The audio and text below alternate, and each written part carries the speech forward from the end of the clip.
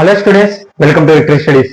Okay students, మరి ఈ వీడియోలో ఇంట్రడక్షన్ టు టెక్నామెట్రీ అలాగనే some application of trigonometry concepts చెప్పడం జరుగుతుంది అనమాట. ఈ కాన్సెప్ట్స్ అన్ని అయితేనక lesson wise important questions, every lesson 25 questions important చెప్పడం జరుగుతుంది. ఓకే స్టూడెంట్స్, మరి దానికోసం మీరు ఖచ్చితంగా సబ్స్క్రైబ్ చేసుకుని మీ ఫ్రెండ్స్ కూడా ఖచ్చితంగా చేయాలని కోరుకుంటున్నాను. ఖచ్చితంగా గుర్తుపెట్టుకోండి, 10th క్లాస్ వాళ్ళ కోసం అలాగనే త్వరలో రాబోతున్న ఎంవైపీసీ గురించి కానీ ప్రతి ఒక్క ఇన్ఫర్మేషన్, అలాగనే ఇంటర్ మ్యాథ్స్ కూడా ప్రతిదీ మన ఛానల్లో చెప్పడం జరుగుతుంది అనమాట, ఫస్ట్ ఇయర్ కి సంబంధించి. ఓకే, మరి దానికోసం మీరు చెప్పాను కదా, ఖచ్చితంగా మర్చిపోదండి. అలాగనే మీ ఫ్రెండ్స్ కూడా ఎక్కువ షేర్ చేయాలని కోరుకుంటున్నాను. ఓకే స్టూడెంట్స్, మరి ఇంట్రడక్షన్ టు టెక్నామెట్రీ అలాగనే some application of టెక్నామెట్రీ polytechnic APR చేసే కాన్సెప్ట్ ఎలా ఉంటుందని ఈ వీడియోలో తెలుసుకుందాం. మెయిన్ పాయింట్ గా నువ్వు ఫార్ములాస్ నేర్చుకోండి. దీంట్లో కాన్సెప్ట్ కంటే నువ్వు నేర్చుకునేది ఎక్కువ ఉంటుంది, అది గుర్తుపెట్టుకో. మొత్తం ఫార్ములా బేసిక్ మీదనే ఉంటుంది. అసలు టెక్నామెట్రీ అంటే ఈ టెక్నామెట్రీ ఏందో తెలుసుకుందాం. ఇది గ్రీక్ వర్డ్ అనమాట. ఏంది గ్రీక్ వర్డ్ అంటే దీంట్లో మొత్తము ఈ ఇంట్రడక్షన్ టు టెక్నామెట్రీ అంటే ఇంట్రడక్షన్ అంటే మనకి ఇప్పటి వరకు 9th క్లాస్ వరకు ఎప్పుడూ టచ్ అవ్వలేదు, ఇప్పుడే ఫస్ట్ టైం కాబట్టి ఇంట్రడక్షన్ అనమాట. ఈ ఇంట్రడక్షన్ మెయిన్ పాయింట్ గా అసలు ఫార్ములా బేసిక్ మీదనే మనం ప్రాబ్లమ్స్ చేసేది ఉంటుంది అనమాట.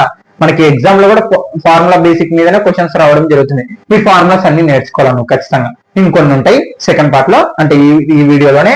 ఓకే స్టూడెంట్స్, మరి అసలు టెక్నామెట్రీ అంటే ఏంటంటే దీని గ్రీక్ వర్డ్ మెయిన్ పాయింట్ గా ఇది మొత్తం 3 ట్రై, గాడ్, ఇక్కడ చూడండి గాడ్, మెట్రీ, ఇదంతా మెయిన్ పాయింట్ గా ఇది 3 భాగాలు అయింది కదా. ట్రై అంటే గ్రీక్ వర్డ్ లో దాని మీనింగ్ చెప్తున్నా. ట్రై అంటే త్రీ అని అర్థం. ఏంది ట్రై అంటే ఏంది 3. ఇక్కడ గాన్ అంటే ద సైడ్స్ అని అర్థం. ఏంది ద సైడ్స్. మెట్రీ అంటే మెట్రాన్ అంటాం. యాక్చువల్ గా చెప్పాలంటే మెజ్యూర్ అనమాట, అంటే కొలవడం అనమాట. అంటే రైట్ ట్రయాంగిల్ లోని 3 సైడ్స్ ని మెజర్ చేయడానికి మనం ఈ టెక్నామెట్రిక్ అనేది ఉపయోగిస్తాం. ఇంకే లెసన్ అర్థమవుతుందా? అంటే రైట్ ట్రయాంగిల్ అంటే ఏంటి, మనకి ఖచ్చితంగా 90 degrees అనేది ఉండాలి. అంటే ఒక సైడ్ యాంగిల్ లోని 90 degrees ఉండాలి. అలాంటి రైట్ ట్రయాంగిల్ కి ఈ 3 సైడ్స్ కనుక్కోవడానికి వాడేదే ఈ టెక్నామెట్రీ. అదే ట్రై అంటే 3, గాన్ అంటే 3 సైడ్స్, ద సైడ్స్, అలాగే మెట్రీ అంటే మెజ్యూర్ అనమాట. అంటే 3 సైడ్స్ కొలవడానికి మనం ఇది ఈ టెక్నామెట్రీ అనేది ఉపయోగిస్తాం. అవును, ఇది కూడా ట్రయాంగిల్ 3 సైడ్స్ ఉంటుంది కదా, మరి దీనికి ఉపయోగించవచ్చు అంటే ఉపయోగించకూడదు. ఎందుకంటే ఇది యాక్చువల్ గా చెప్పాలంటే దీన్ని పైథాగరస్ థీరం. యాక్చువల్ గా ఈ లెసన్ అంతా ఎవరంటే హిప్పార్చస్ అని వ్యక్తి కనుక్కోవడం జరిగింది అనమాట. ఈ టెక్నామెట్రీ మెయిన్ పాయింట్ గా ఈ టెక్నామెట్రీ గురించి పునాది అంటే స్టార్టింగ్ కనిపెట్టింది మాత్రం హిప్పార్చస్. ఇది మెయిన్ పాయింట్ గా ముగ్గురు అంటే కనిపెట్టింది ఆయన, మెయిన్ పాయింట్ గా దీన్ని డెవలప్ చేసింది మాత్రం ముగ్గురు చేశారనమాట. ఆర్యభట్ట గాని లేకుంటే బ్రహ్మగుప్త, భాస్కరాచార్యులు, వీళ్ళు ముగ్గురు దాన్ని డెవలప్ చేయడం జరిగింది అనమాట. మనకి ఆర్యభట్ట వచ్చేసి పై అంటే ఇక్కడ పై అంటే 22/7, కానీ మెయిన్ పాయింట్ గా 5 degrees లోకి మారిస్తే 180 degrees ఇక్కడ మాట్లాడేది మనం పై. ఎవరు ఆర్యభట్ట. మళ్ళా మెయిన్ పాయింట్ గా area of the triangle formula కనుక్కోవడం కానీ ఈ రైట్ ట్రయాంగిల్ కి సంబంధించి వీటన్నిటిని వీళ్ళు ముగ్గురు డెవలప్ చేయడం జరిగింది అనమాట. అంటే ఈ టెక్నామెట్రీకి ఇంకా బేసిక్ మొత్తం పూర్తిగా వీళ్ళు ముగ్గురు తేవడం కనుక్కుంది మాత్రం ఎవరు, హిప్పార్చస్. తర్వాత దాని తర్వాత ఆర్యభట్ట గాని బ్రహ్మగుప్త, భాస్కరాచార్యులు, వీళ్ళు మెయిన్ పాయింట్ గా మనకి దాన్ని డెవలప్ చేసి మనకి ఇక్కడ వరకు రావడం జరిగింది అనమాట. అవును, మరి ఈ టెక్నామెట్రీ దేనికి యూజ్ అవుతుంది మెయిన్ పాయింట్ గా అంటే ఒక విషయం చెప్తాను చూడండి, సింపుల్ గా ఒక్కటే వాళ్ళు చెప్పేస్తాను. మెయిన్ పాయింట్ గా నేను ఇక్కడ ఉన్నాను, ఇక్కడ నాకు ఒక ట్రీ అనేది ఉంది, నేను ఇక్కడ ఉన్నాను, దాని పైన చూస్తున్నాను అనమాట. అంటే దాని పైన నుంచి మళ్ళీ నేను ఉన్న చోటికి దానికి డిస్టెన్స్. ఓకే, ఇదేమో ట్రీ, ఇదేమో నేను ఇక్కడ ఉండి దాన్ని చూస్తున్నాను, దాని టాప్న, అలాగే నేనున్న కాడ నుంచి ఆ చెట్టుకి డిస్టెన్స్ అనమాట. ఇక్కడ చూడండి, ఏ విషయం అన్నా సరే మనకి ఎలా అవుతుంది, మన ఐ కాంటాక్ట్ కి సంబంధించి రైట్ ట్రయాంగిల్ అనేది ఎక్కడన్నా మనకి రావడం జరుగుతుంది అనమాట. ఇప్పుడు నేను ఇక్కడ వైపు పైన చూస్తున్నా అంటే మళ్ళీ ఆ పై నుంచి కిందికి నా ఎడ్జ్ వరకు డిస్టెన్స్, అది మొత్తం మనకి ఎక్కడన్నా రైట్ ట్రయాంగిల్ అనేది ఏర్పడుతుంది అన్నమాట. అందుకే మనం రైట్ ట్రయాంగిల్ కి ఉపయోగిస్తాం మెయిన్ పాయింట్. ఓకే, మరి మెయిన్ పాయింట్ ఈ ట్రయాంగిల్ లోని ఈ టెక్నామెట్రీకి రైట్ ట్రయాంగిల్ కి ఏం సంబంధం అంటే ఈ ఆపోజిట్, అడ్జసెంట్, అంటే ఈ 3 సైడ్స్ కనుక్కోవచ్చు అనమాట. అంటే నాకు డిస్టెన్స్ తెలిసి అలాగనే దాని ఎలివేషన్ తెలిసింది అనుకో, ఈ చెట్టు హైట్ కనుక్కోవచ్చు, ఏం టేపులు పెట్టి కొలచక్కర్లేదు అనమాట. అలా అర్థమైందా? అంటే మెయిన్ పాయింట్ గా ఈ డిస్టెన్స్ తెలియాలి, యాంగిల్ తెలియాలి, వీటన్నిటిని తెలిసాయంటే మనం ఖచ్చితంగా యూజ్ఫుల్ అయ్యే ఫార్ములాస్ ఈ టెక్నామెట్రీ ఫార్ములాస్ అనమాట మెయిన్ పాయింట్ గా. ఓకే, అంటే మన రైట్ ట్రయాంగిల్ కి సంబంధించి ఈ లెసన్ అంతా నడిచేది. చెప్పాను కదా. ఓకే, మరి రైట్ ట్రయాంగిల్ అన్నాం కదా, రైట్ ట్రయాంగిల్ అంటే ఇది 90 డిగ్రీస్ అనేది ఉండాలి. మరి వాటి గురించి చూడండి. If triangle ABC right triangle at B, ఇక్కడ right at B, right at B అంటే బి దగ్గర 90 డిగ్రీస్ అని అర్థం. Okay, clear. And angle ABC theta, theta అంటే యాంగిల్. ఓకే, ఏ ఇక్కడ చూడండి బిఏసి, ఎప్పటికన్నా మనం రాసేటప్పుడు ఏ అనేది మధ్యలో ఉండాలి, ఏ టీటా అనమాట. See then with reference to the angle we have, అంటే మెయిన్ పాయింట్ గా ఇది అర్థం చేసుకోవాలి. ఇప్పుడు ఈ రైట్ ట్రయాంగిల్ గురించి అర్థం చేసుకుంటే చాలా చాలా ఈజీగా ఉంటుంది. ఇది రైట్ ట్రయాంగిల్ అని ఎలా చెప్తున్నాం, ఇక్కడ మనకి 90 డిగ్రీస్ ఉంది ఎక్కడ, బి దగ్గర. Okay, clear. టీటా అంటే యాంగిల్, యాంగిల్ కి ఎదురుగా ఉన్నదాన్ని, బాయనండి నేను మాట్లాడే విధానం వినండి, యాంగిల్ కి ఎదురుగా ఉన్నదాన్ని ఆపోజిట్ సైడ్ అంటాం. ఏమంటాం, యాంగిల్ కి ఎదురుగా ఉన్నదాన్ని ఆపోజిట్ సైడ్. అంటే ఇది మనకి యాంగిల్ కి ఎదురుగా ఉంది కాబట్టి ఇది ఆపోజిట్ సైడ్. అంటే ఏంటి ఆపోజిట్ సైడ్, బిసి. ఓకే, అలాగనే యాంగిల్ కింది పక్క ఉన్నది ఏంటి, యాంగిల్ కింది పక్క ఉన్నదాన్ని అడ్జసెంట్ సైడ్ అంటాం. ఏమంటాం, అడ్జసెంట్ సైడ్. ఈ హైపోటెనస్ అనేది ఏ ట్రయాంగిల్ కి చేంజ్ అవ్వదు, అలాగనే ఉంటుంది. ఇప్పుడు చూడండి, ఏదో ఒక ట్రయాంగిల్ తీసుకుని ఇది హైపోటెనస్, దీన్ని హైపోటెనస్ అనకూడదు.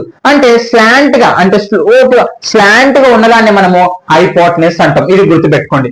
ఎప్పుడు జారబండలు అక్కడ ఇట్లా ఉంది చూడండి, అలా ఉంది చూడండి, దాన్ని మనం హైపోటెనస్ అని మాట్లాడతాం. ఓకే, అవును ఇక్కడ టీటాకి ఎదురుగా ఉండేది మనం ఆపోజిట్ అంటాం, టీటాకి కింది పక్క ఉన్నదాన్ని అడ్జసెంట్ అంటాం. Okay, clear. ఒకవేళ ఇక్కడ చూడండి, మెయిన్ పాయింట్ గా వినండి, నాకు ఒకవేళ టీటా ఇక్కడ ఉంది, మరి ఆపోజిట్ ఏమవుతుంది, ఇది అవుతుందా, కాదు.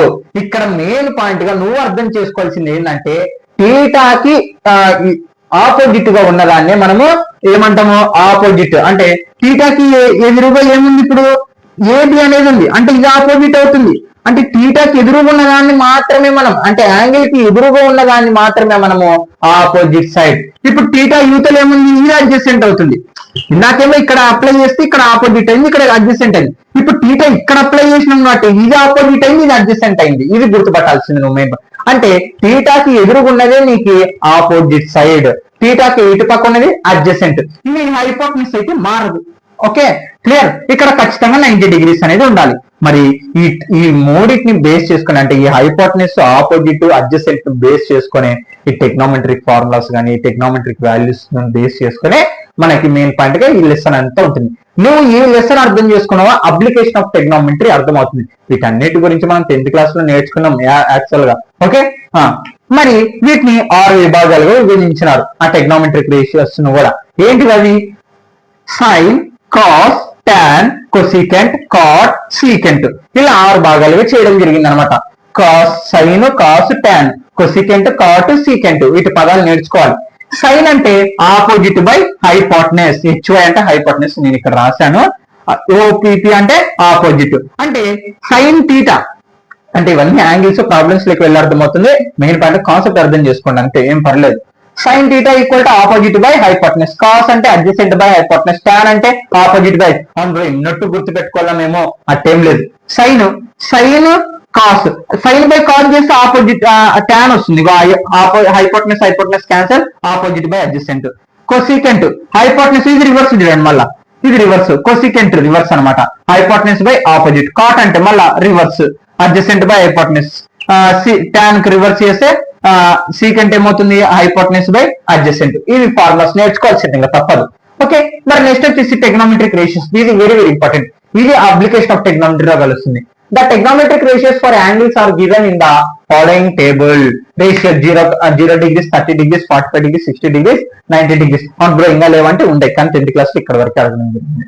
Okay, sign theta equal to, అంటే సైన్ థీటా అంటే యాంగిల్ అని చెప్పినాం కదా. అంటే సైన్ 0 డిగ్రీస్ ఆన్సర్ ఎంత, 0. సైన్ 30 డిగ్రీస్ ఆన్సర్ ఎంత, 1/2. సైన్ 45 డిగ్రీస్ ఎంత, 1/√2. సైన్ 60 డిగ్రీస్ ఆన్సర్ ఎంత, √3/2. సైన్ 90 డిగ్రీస్ ఆన్సర్ ఎంత, 1. అలాగే cos, tan, cot, secant, cosecant, ఇలా 3.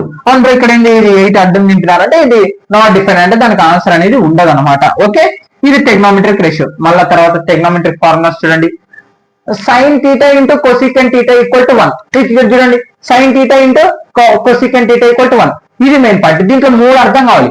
Sign into cosecant into 1, tan into cot into equal to 1, secant theta into cos theta equal to 1. ఎలా అవుతుంది bro, ఆ రెండు into చేస్తే 1 అంటే ఇక్కడ చూడండి, చూడండి sine into cosecant equal to 1. Sine మనము 30 డిగ్రీస్ తీసుకున్నాం. సైన్ 30 డిగ్రీస్ వాల్యూ ఎంత 1/2 ఇంటూ కొసికెంట్ కూడా 30 డిగ్రీస్ తీసుకున్నాం. కొసికెంట్ కూడా 30 డిగ్రీస్ ఎంత ఉంది 2 ఉంది. 2 న్యూమరేటర్ 2 డినామినేటర్ 2 క్యాన్సల్ ఆన్సర్ ఎంత 1 వచ్చిందే 1. అంటే వాడు రెండు వాల్యూస్ ని అంటే ఏంటి సైన్ థీటాని కొసికెంట్ థీటాని కానీ నీకు ఎప్పుడన్నా కనపడింది అనుకో డైరెక్ట్ 1/2 వేయడం ఇంకా అదే అనమాట. ఓకే మరి cosecant theta sine theta cos థీటాలో కూడా మళ్ళీ రకరకాలు. ఇప్పుడు మనకి కొసికెంట్ ఏం చేస్తుంది ఇంటూ చేస్తుంది అవతలపోతే డివైడెడ్ బై అంటే మనకి సైన్ వాల్యూ కావాలి సైన్ థీటా ఈక్వల్ టు 1/కొసిక్. నాకు ఒకవేళ కొసిక్ వాల్యూ కావాలి సైన్ ఇంటూ చేస్తుంది అవతలపోతే డివైడెడ్ బై 1/సైన్ థీటా. ఓకే మళ్ళీ అలాగే tan theta into cot theta equal to 1 అంటే మళ్ళీ వాటి ఫార్ములా మనకి కాట్ ఇంటూ చేసిన అవతల పోతే డివైడెడ్ బై అంటే టాన్ థీటా ఈక్వల్ టు 1/కాట్ థీటా అండ్ మనకి టాన్ పక్కన ఇంటూ చేస్తుంది ఇంటూ పోతే డివైడెడ్ బై అందుకే cot theta equal to 1/tan. అంటే ఈ మూడు ఫార్ములాస్ తోనే మళ్ళీ దాని లోపల వాటికి సంబంధించి వాల్యూస్ అనమాట. సీకెంట్ కూడా secant into theta cos theta equal to 1 ఇక్కడ ఇంటూ చేస్తుంది కాబట్టి ఇతర పోతే డివైడెడ్ బై ఇది కూడా సేమ్ అలాగే. మళ్ళీ మెయిన్ పాయింట్ కి రెండు very very important. tan theta equal to sin theta by cos theta, cot theta equal to cos theta by sin theta. ఎలా వస్తాయి బ్రో అలా అంటే ఇక్కడ చూడండి sin బై cos చేస్తే మనకి ఖచ్చితంగా tan వాల్యూస్ అనేది వస్తుంది.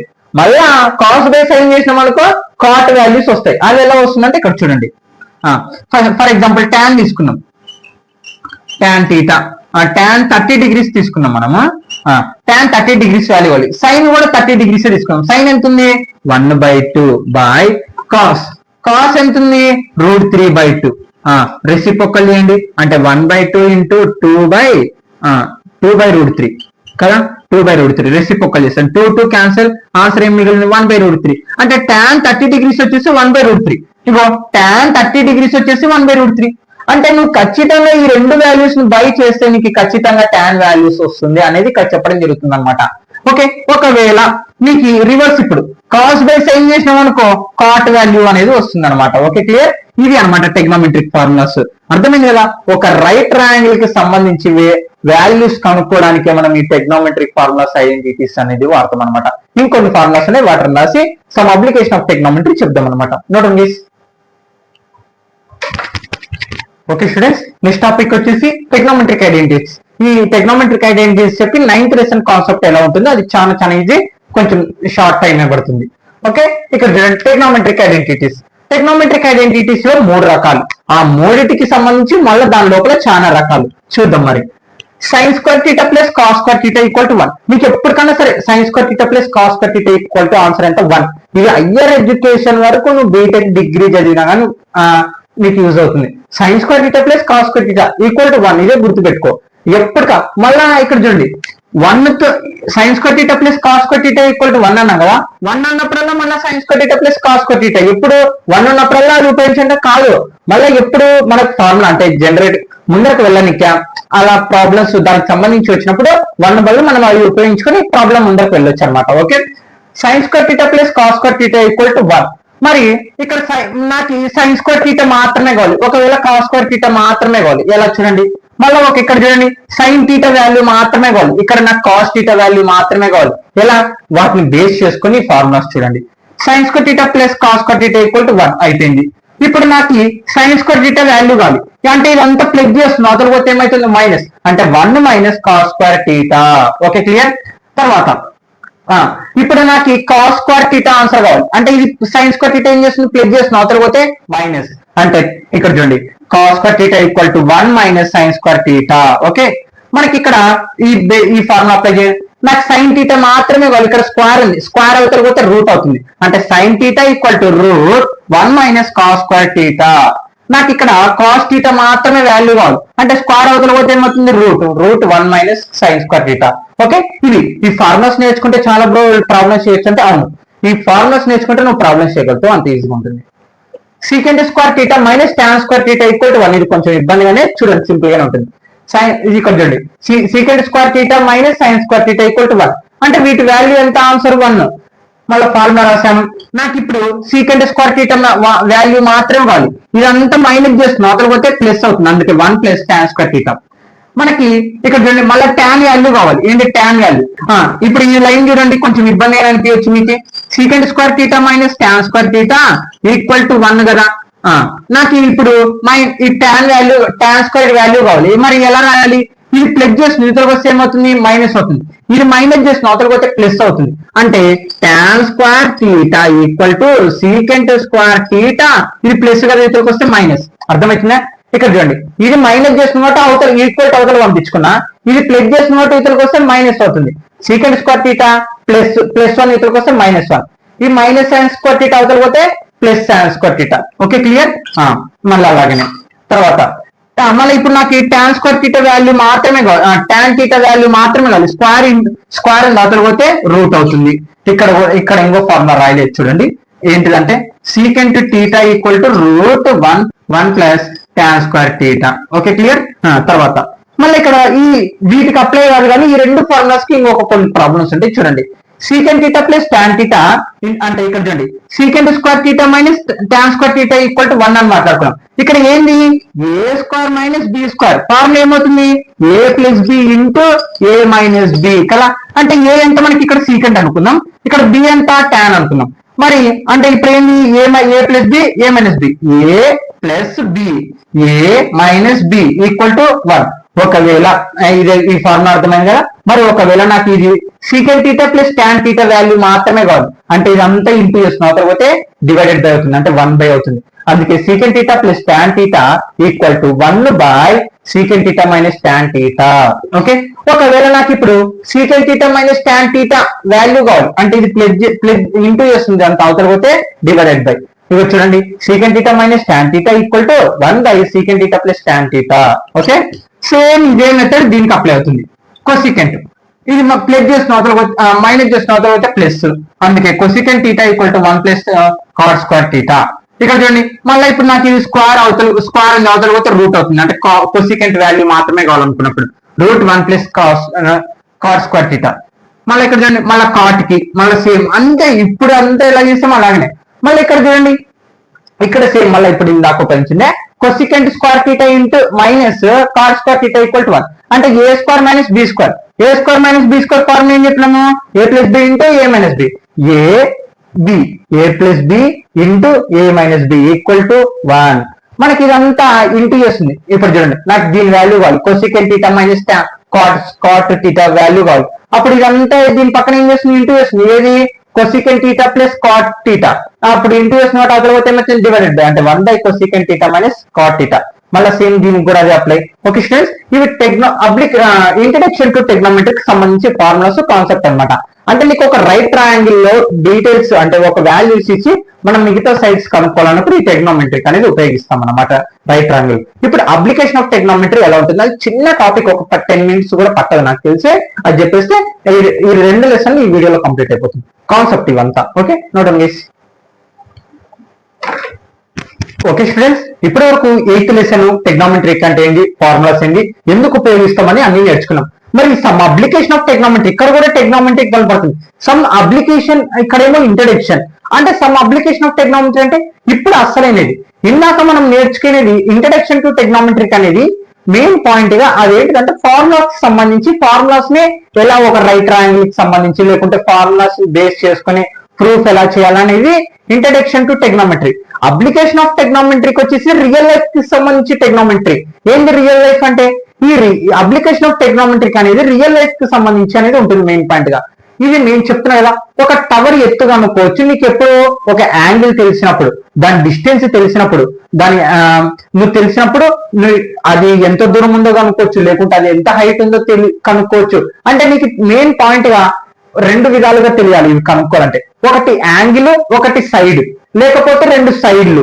ఈ 2 సైడ్లు తెలిసి మూడోది తెలియకపోతే కనుక్కోవచ్చు. దానికి పైథాగరస్ థీరం ఫార్ములా మాట్లాడతాం. ఒకవేళ నీకు ఒక యాంగిల్, ఒక సైడ్ మాత్రమే తెలిసిందంటే ఖచ్చితంగా టెగ్నోమెట్రీకి మాట్లాడతాం.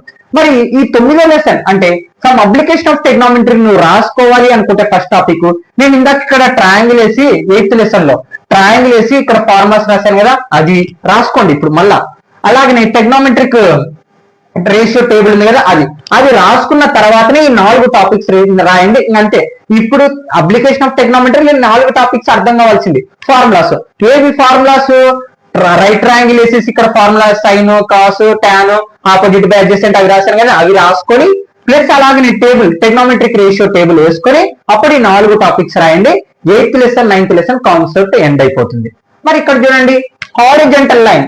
అసలు ఆ మెయిన్ పాయింట్ గా అప్లికేషన్ ఆఫ్ టెగ్నోమెట్రీ దేనికి సంబంధించి మాట్లాడతామంటే ఒక రైట్ ట్రయాంగిల్ కి సంబంధించి.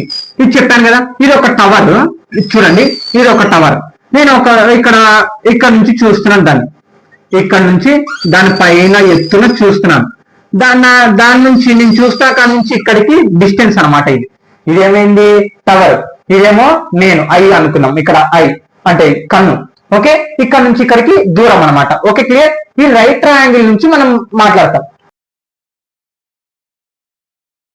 The horizontal line is the horizontal line through the eye of the observer. అంటే మెయిన్ పాయింట్ గా మన కంటికి ఎదురుగా ఏది మన కన్ను ఉంది కదా, మన కంటికి స్ట్రైట్ గా ఉన్నదాన్ని, అంటే ఒక విషయం చెప్పాలంటే స్ట్రైట్ గా ఉన్నదాన్ని హారిజంటల్ లైన్ అంటాం. అబ్బా ఇంకా ఈ సమ్ అప్లికేషన్ ఆఫ్ టెగ్నోమెట్రీలో మాట్లాడాలంటే మన కంటికి స్ట్రైట్ గా ఉన్నదాన్ని, మన కంటికి బాయనండి, మన కంటికి నా కన్నుతో స్ట్రైట్ గా ఎలా ఉంటుందో స్ట్రైట్ గా దాన్ని మనం హారిజంటల్ లైన్ అని మాట్లాడతాం. Okay clear. దీన్ని హారిజంటల్ లైన్. మనకి కంటికి స్ట్రైట్ గా మన కన్ను స్ట్రైట్ గా ఉన్నదాన్ని హారిజంటల్ లైన్ అంటాం. Okay clear. Line of sight అంటే సైట్ అంటే ఇక్కడ చూడండి, ఇది మోస్ట్ ఇంపార్టెంట్. అంటే చూడడం, ఒక దాన్ని చూస్తున్నాం కదా, దాన్నే లైన్ ఆఫ్ సైట్ అంటాం.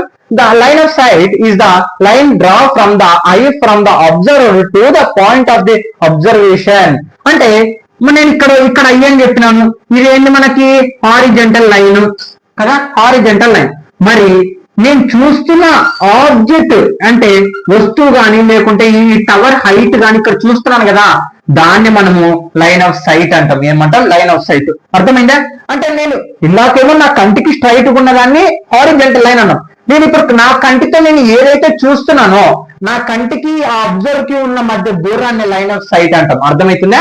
అంటే ఇక్కడి నుంచి టవర్ ఎత్తు చూస్తున్నాను, నా కన్నేమో స్ట్రైట్, నా కంటితో ఇక్కడ ఎత్తుని చూస్తున్నాను చూడు, దీన్ని లైన్ ఆఫ్ సైట్ అంటాం. అంటే నా కన్ను నుంచి దాని పై వరకు చూపు వెళ్తుంది కదా, దాన్ని లైన్ ఆఫ్ సైట్ అంటాం. Okay clear. ఈ రెండు అర్థం కావాలి. హారిజంటల్ అంటే ఏంటి? స్ట్రైట్ లైన్, మనకి ఎదురుగా స్ట్రైట్ గా. మళ్ళీ నేను కంటికి దేన్నైతే చూస్తున్నానో దాన్ని హారిజంటల్ లైన్ ఆఫ్ సైట్ అంటాం. Okay clear. ఇది అయిపోయింది. మరి ఇప్పుడు మెయిన్ పాయింట్ గా angle of elevation. The angle of elevation is when the object is above the horizontal line. It is the angle between the line sight of the horizontal line. ఇక్కడ చూడండి, ఏంది ఇక్కడ ఇదంతా చెప్తాను. అంటే హారిజంటల్ ఈ angle of elevation అంటే ఏంటంటే తెలుగులో చెప్తాను. ఇక్కడ మెయిన్ పాయింట్ గా మన కంటికి ఎదురుగా పైన చూసామంటే, అంటే హారిజంటల్ కి అబో, అంటే హారిజంటల్ లైన్ కి అబో చూసాము అంటే ఖచ్చితంగా అది యాంగిల్ ఆఫ్ ఎలివేషన్ అవుతుంది. ఇది గుర్తుపెట్టుకోవాలి.